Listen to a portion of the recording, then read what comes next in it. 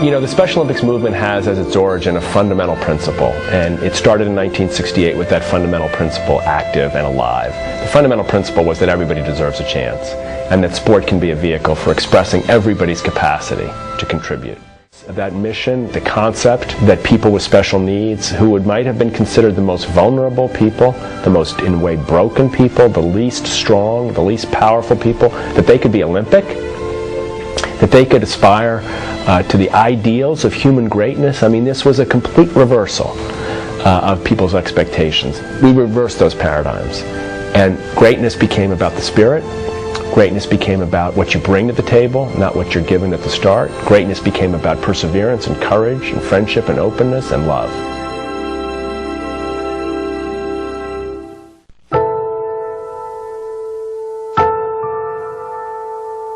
If one looks back into the 1940s or 50s or 60s, one sees a pattern where you begin with the idea that a person with special needs has no value, is a mistake, is hopeless.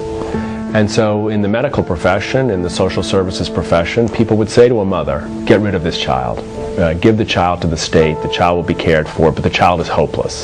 There is no need for you to love this child or to care for this child. It's too much.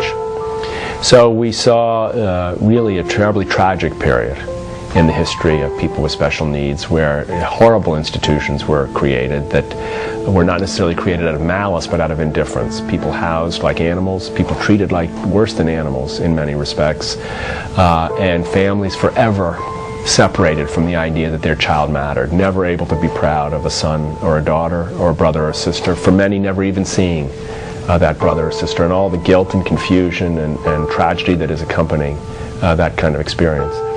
I think what my mother felt was that that had to end, that we had to recover not just families, their hope, their pride, their love of one another, but we had to recover dignity.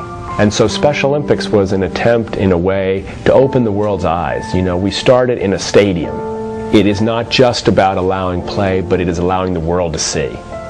Fill the stands, come and watch, change your heart, change your bias, change that attitude that is so hopeless and so tragic, and replace it with an appreciation of the joy and spirit that everybody has, if only they get a chance. And you know, our athletes did the rest.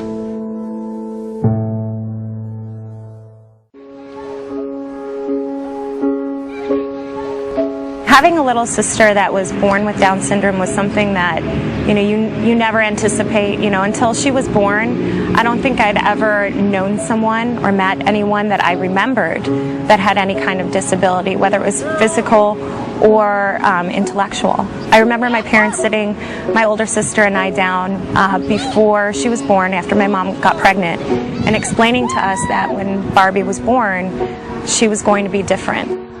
All of them in high school says Barbara doesn't have a boyfriend. They were teaching me Barbara has no boyfriend, Barbara has no boyfriend, and I didn't go to my senior prom. They were teasing me. I don't know why, because I was crying. It's kind of hard for me. If my friends were there, they should comfort me, because I didn't want to be teased anymore. Going through what she went through as a child, I think it made her a lot stronger.